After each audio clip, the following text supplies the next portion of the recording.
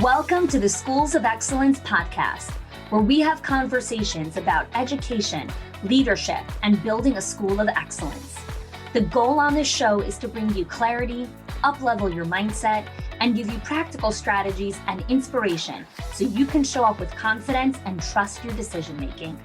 I'm Chani Wolshansky. I'm a mom of 4 under 10, a former New Yorker, and been in the early childhood field my entire life. And I'm so grateful that you've joined me for this conversation.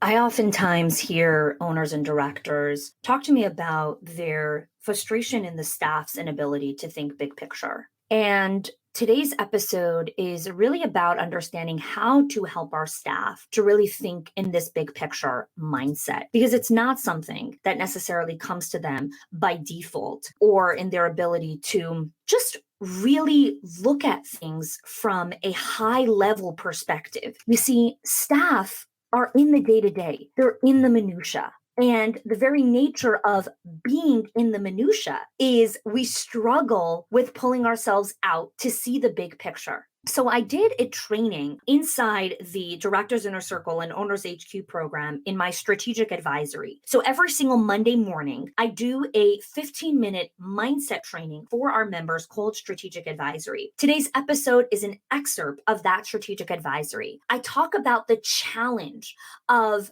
helping people understand how to look at things from less of productive and efficient and more from a place of design. I talk about how to really sit in meetings and conversation with staff to look at big picture versus details. I give some practical strategies of how to have these conversations with their team, like allocating time to thinking big picture and identifying the current touch points and meetings that you have with staff. I also talk about some simple tips on spending time uninterrupted, thinking about writing your ideas, your thoughts, and your questions. I give some very specific guidelines for standards of the meetings that you want to conduct with your staff on big picture. This is a huge step in building a culture of promotion, belonging, and community, when your staff can learn how to ask the right questions, look for great ideas, and continue to be part of this big picture puzzle that you're trying to create, and you need their help. So I hope you enjoy today's episode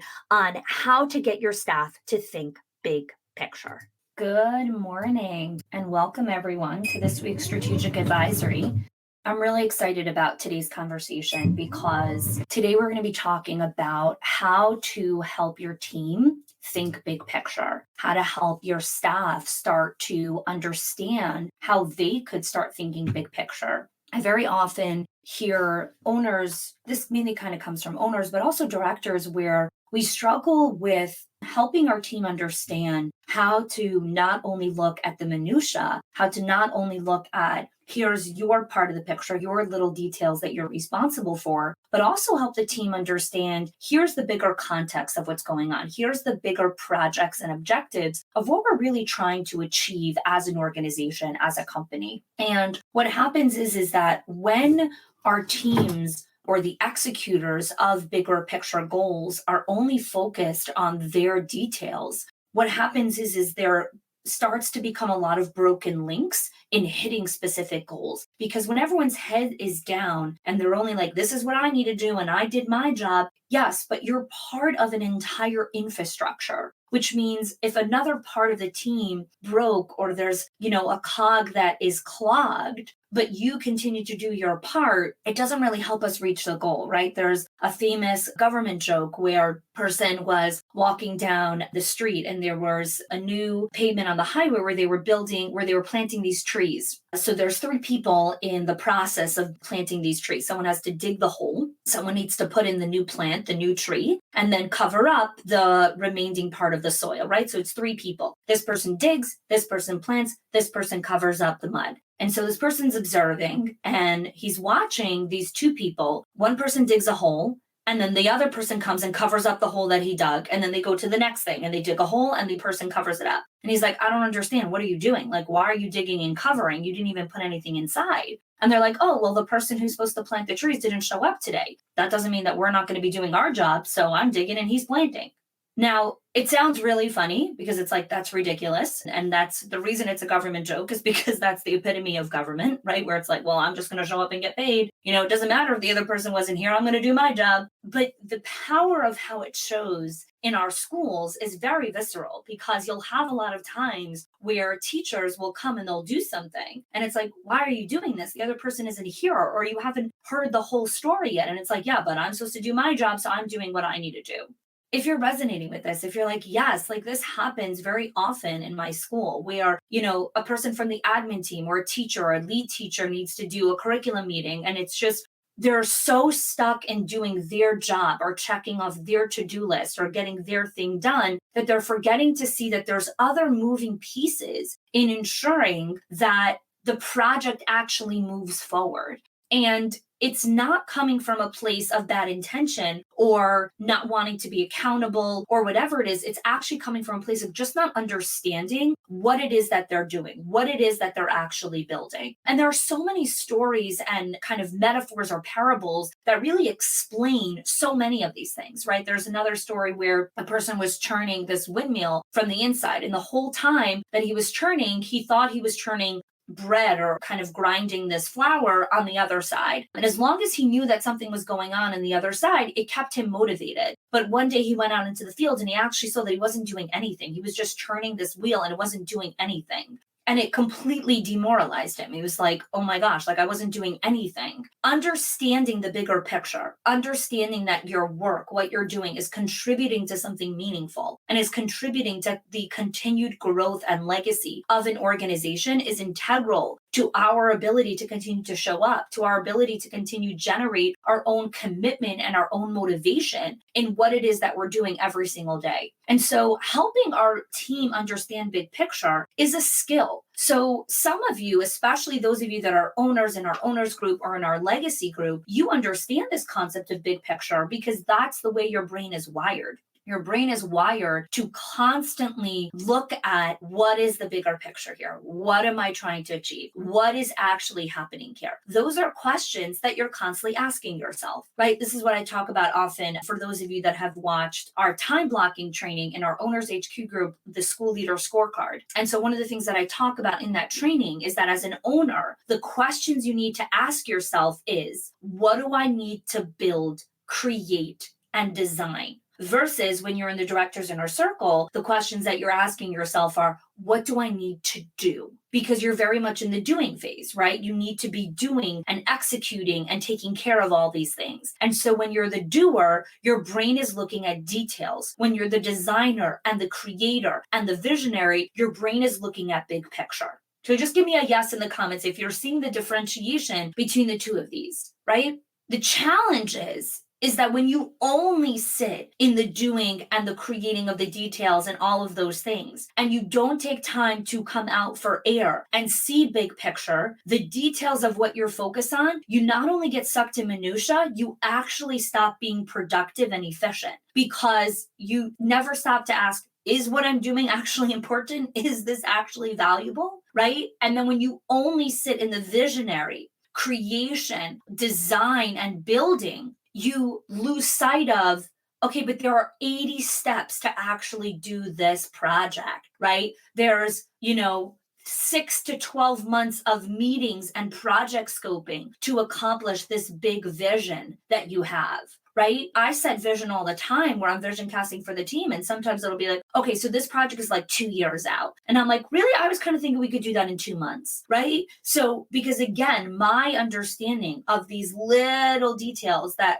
are there is like, I just don't see it. And nor do I want to go so deep down because then your brain can only hold so much, right? And so your brain becomes so full of all of that you can no longer think big picture. So there's this beautiful dance that we're making between seeing big picture, getting into the details, seeing the details, coming back up for big picture. So today I'm going to give you some practical strategies of how to start these conversations with your team. Okay. So let's start with number one. The first thing, and it sounds so simple, is allocate time for thinking big picture. So all of you have staff meetings, whether that's once a month you meet with your teachers, whether your directors are meeting with your individual age group of teaching teams once a week to discuss curriculum, whether your program directors are doing that, or your assistant directors are talking to the teachers about, child behavior, whatever it is, there are consistent touch points that you are having with staff to talk about things. What are some of the meeting cycles that you currently have, the current touch points that you have with staff, right? If you're following the Directors Inner Circle and Owners HQ journey, you definitely have one-on-one check-ins. You have your huddles, right? You have your performance reviews. Those are some of those kind of less frequent conversations. But let me know in the comments, what are those frequent conversations, whether that's weekly staff meetings or your huddles, whatever those things are, what are those touch points? Because now I'm going to direct you towards how you create intentional time in the already meetings that you have for big picture thinking, right? A big thing of schools of excellence is we're not looking at doing more. We're looking at whatever we already have and optimizing it, right? Nobody needs more things on their to-do list. Everyone is already overworked and overwhelmed and overcommitted. No one needs any extra things on their calendar. And so I want you to let me know in the comments, what are you already doing? And I'm going to direct you towards how to create intentionality in those conversations for big picture thinking. Okay, so maybe I need to be asking different questions. I feel like I'm missing something here with myself. I'm not super resignation because I guess I look at things differently. Okay, I'm not sure what you're sharing here, but whoever wrote this, just rephrase that for me in the comments so I can help you. Okay, so some things that we have here. We have weekly admin planning meetings. Okay, we have one-on-ones, leadership meetings would happen once a month, and then we have daily check-ins. Okay, we have one-on-ones, operational meetings, beautiful. Quarterly staff meetings, monthly staff meetings, company-wide staff meetings, monthly one-on-ones, weekly observations, beautiful. Okay, thank you all for sharing these. So when we look at your weekly staff meetings or your monthly staff meetings, you want to create a specific time block within those staff meetings that are about big picture thinking. Because what happens is it's very easy to right away get stuck in the day-to-day because there's a million things that happen every day, right? So when you create an opportunity for staff to talk about issues that are going up, wins that are happening, milestones, generating ideas or new creativity in the classroom, there's always going to be stuff to talk about when it comes to those little things. There's no shortage of creative ideas. There are no shortage of issues, and there are no shortage of celebrations and milestones that people are hitting. Okay, give me a yes in the comments if that rings true for you. There's never a shortage of creative ideas. There is never a shortage of issues to talk about. There's never a shortage of celebrations or milestones. There's always going to be that because if you're in the classroom and you're working with kids, which are moving targets, you are always going to have those in your classroom, period, right? And in your center. Every idea leads to another idea. Sometimes you're sitting to prepare for a difficult conversation and you really just wish you had kind of this script or this teleprompter sitting in front of you telling you exactly what to say in this specific moment. And I know that if you're listening to this, you're laughing or nodding to yourself like, yeah, a teleprompter would be great during difficult conversations. Well, enter the scripts workbook. Schools of Excellence created a workbook with over 40 different scripts, which are essentially your teleprompter points to have difficult conversations with teachers, with parents, with administration, with leadership on all different topics like accountability, buy-in, policy changes, infrastructure changes, boundaries, all the things that you need help and guidance, where you really just wish you had like, okay, just tell me how to start the conversation, or how do I end this conversation, or what do I do when this starts happening? All of those things are in the scripts workbook. Not only do we have guidance on how to lead conversations, we also have email templates of how to have conversations, email and phone scripts to help you and your staff also get on the phone when you need to have conversations with parents as well. So if you want this unique scripts workbook, check the link in the show notes. All the details are inside of there. I hope you check it out so that you can have your own mini little teleprompter next to you for difficult conversations.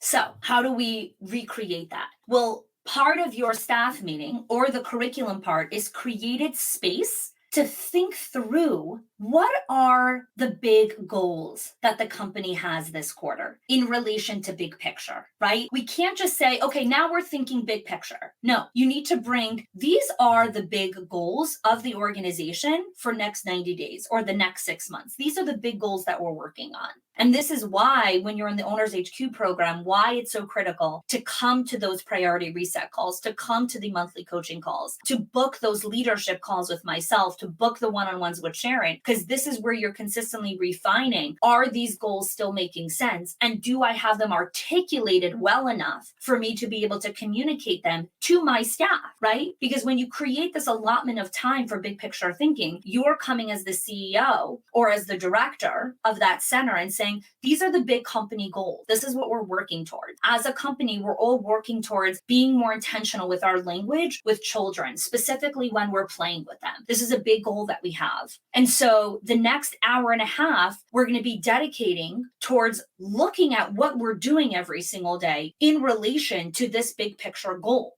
So when we're looking at big picture, one of the things that are super helpful, specifically with staff or administration, is helping them understand how their day-to-day habits impact big picture, right? So a teacher doesn't need to look at big picture in the way that an owner does, nor should they, right? The owner's casting vision for a world that doesn't exist right now and a world that she's currently creating. That is the power of the CEO and the visionary. They are creating a world. They are creating a school that doesn't exist right now. Right? This is what it means to be a true visionary. A teacher is not a true visionary, but a teacher needs to be able to think a drop outside of her day-to-day operations and her day-to-day tasks to be able to create alignment with the world that the new CEO is trying to build.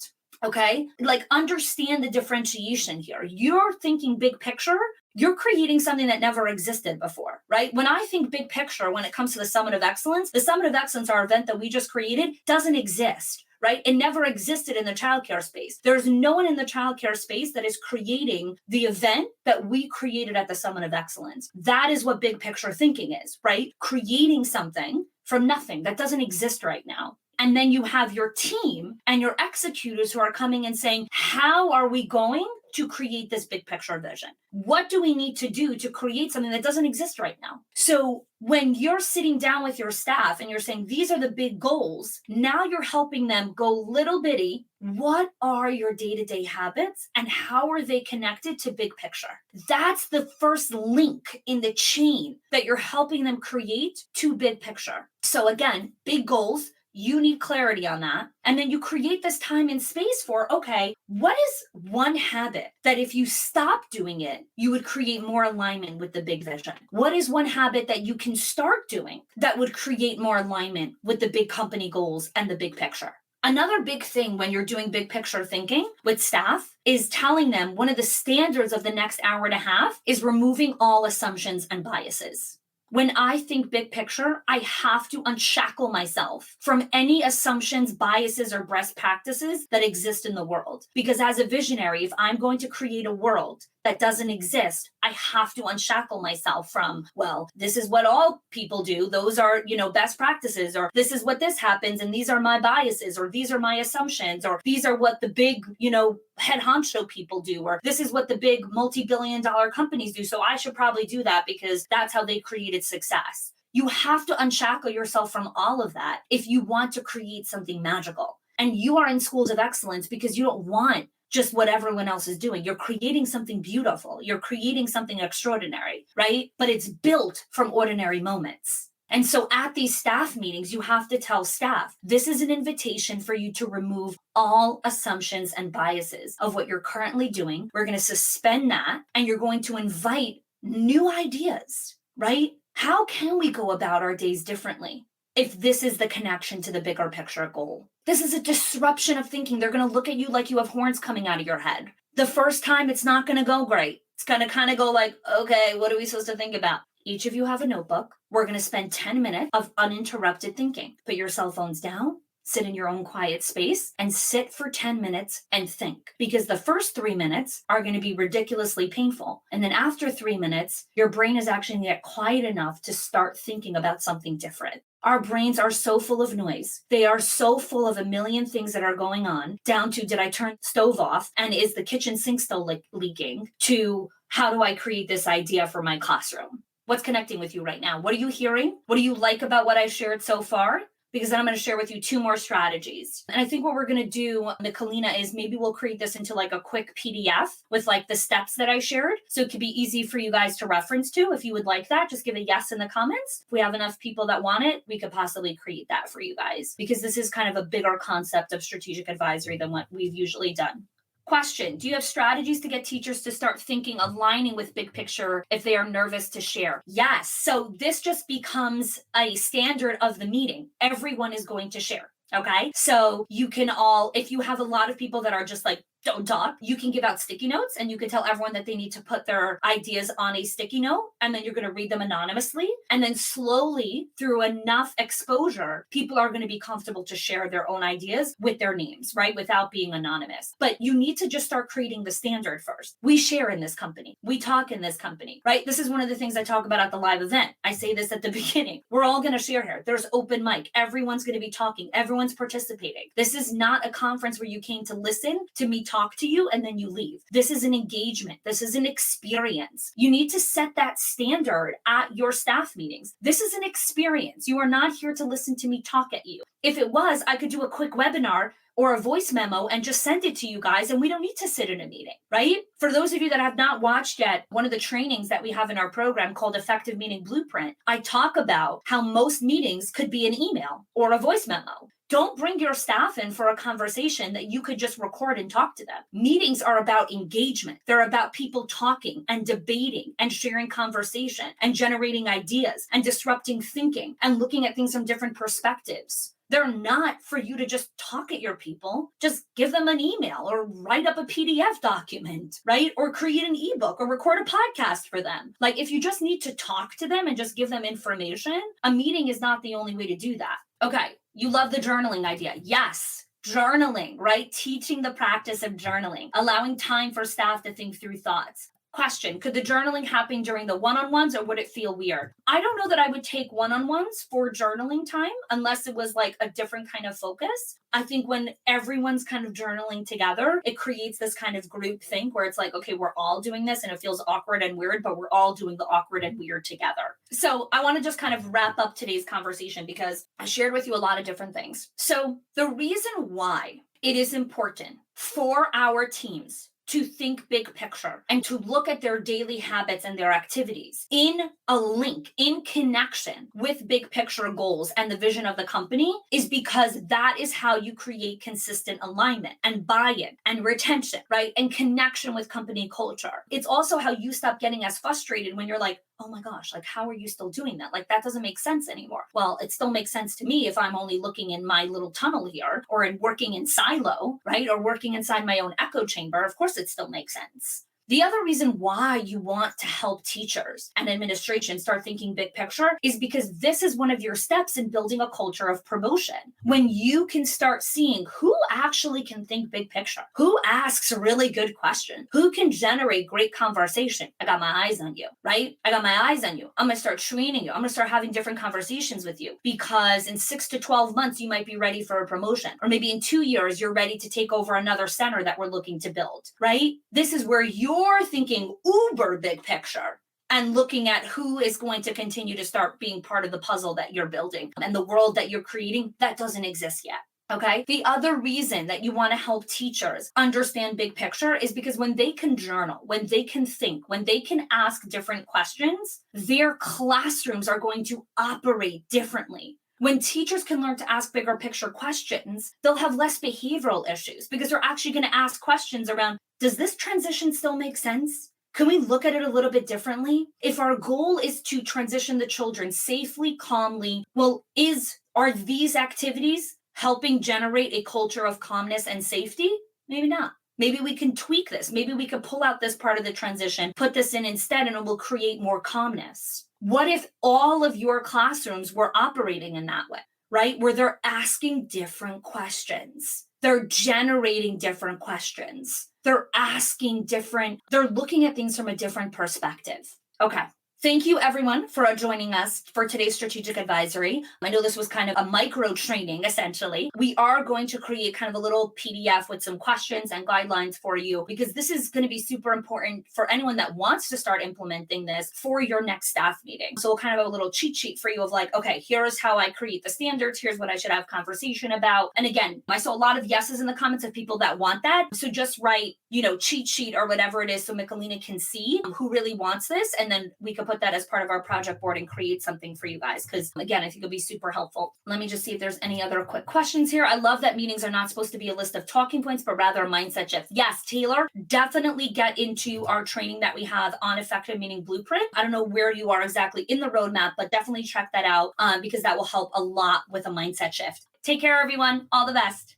One of the skills that we really want our teachers to have is confidence and resilience. I hear so many times leaders talking about they really want this teacher to develop their confidence or up-level their confidence and also enhance their frustration level and their ability to tolerate adversity and challenges. And that's what resiliency really is, which is why Schools of Excellence created the confidence and resiliency training for your staff. This is a 90-minute training that you can use at professional development for your team to walk them through the skills, the mindset shift, the tools, and the habits to become more confident and resilient in the day-to-day work that they're doing with the children and the families. This unique training also comes with a facilitator's guide where I give you the tools on how to really facilitate this training so that they're not just staring at the screen and watching me speak and train, but you're really using this guide to facilitate reflective questions, prompts for exercises, so that they complete the training with actual tools and new skills to become more confident and more resilient. You could check the link in the show notes to learn more. If you are loving the Schools of Excellence podcast and have gotten any value out of it for your school, I would love if you can do two things for me. One, subscribe to the show so you never miss an episode. And two, can you please leave us a review? Reviews help other school leaders know that this is the place to learn how to build a school of excellence. And I would be so grateful if you can do that for us. Your help and support makes this show to be able to be listened by the thousands of other school leaders all around the world. Thanks so much for listening, for giving us your time and attention each and every week. And I appreciate that you have joined us.